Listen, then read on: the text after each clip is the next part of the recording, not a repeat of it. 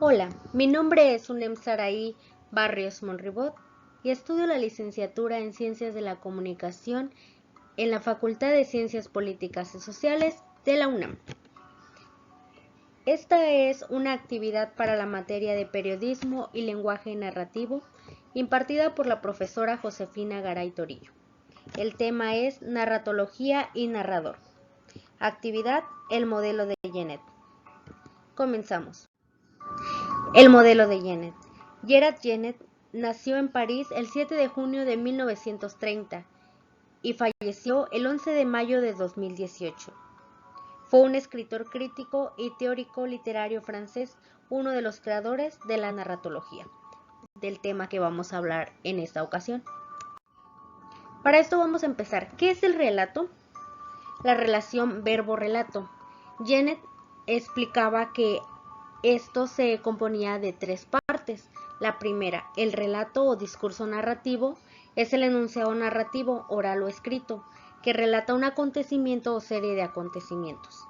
La segunda, que llamara historia o diégesis, es la sucesión de acontecimientos que el relato narra.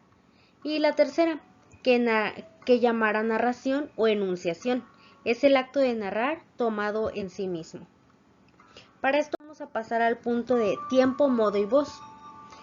Recordemos que Gerard Genet, él nos explicaba que se realiza una interesante analogía entre el relato y el verbo que le llevará a afirmar que los relatos, como los verbos, tienen tiempo, modo y voz. Para esto también él decía que todo relato es la amplificación literaria de un verbo. Podemos estudiar en todo relato los mismos aspectos que solemos estudiar en los verbos. En este caso, como ya lo dijimos, es tiempo, modo y voz. Vamos a hablar sobre el tiempo de un relato. El tiempo de un relato es el tiempo que expresa las relaciones posibles entre el relato y la historia. Genet propone analizar el tratamiento del tiempo en el relato a partir de las alteraciones que se presentan de acuerdo a las relaciones entre el tiempo de la historia y el tiempo del relato, y por otra parte entre el tiempo del relato y el tiempo de la narración. Para esto nos dice que las alteraciones son agrupadas en tres tipos diferentes: distorsiones de orden, de velocidad y de frecuencia. Distorsiones de orden. Estas tienen que ver con la decisión del narrador de alterar la secuencia cronológica de la historia, dando lugar a las anacronías. Estas son las diferentes formas de discordancia entre el orden de la historia y el orden del relato. Para esto hay dos tipos de anacronías, que son las analepsis y las prolepsis. Pasando a otro punto, que es el modo del relato. Para esto Genet prefiere evitar los términos visión, campo y punto de vista, para utilizar el término más abstracto de focalización.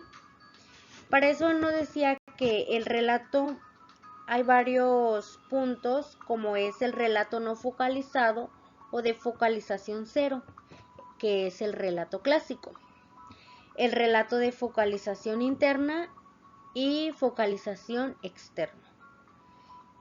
El empleo de la primera persona, es decir, la identidad de personas del narrador y del protagonista, no entraña una focalización del relato en este.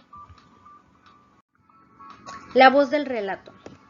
Genet parte del concepto de Benveniste de buscar la subjetividad en el lenguaje, es decir, pasar del análisis de los enunciados al de las relaciones entre dichos enunciados y sus instancias productoras, lo que hoy se llama su enunciación.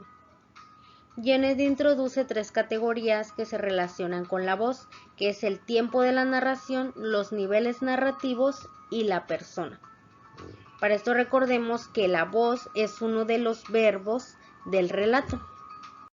Nos cuenta, nos narra, entonces es importante poner toda nuestra atención a la hora de estudiarlo, porque ahora sí que es mucha la información que él nos da, pero también es un poco complicada, es por eso que debemos de poner la atención en todos los puntos que nos dice.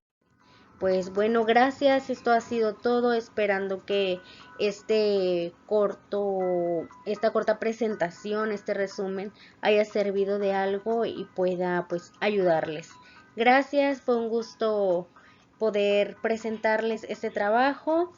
Mi nombre es Saraí Barrios, hasta luego.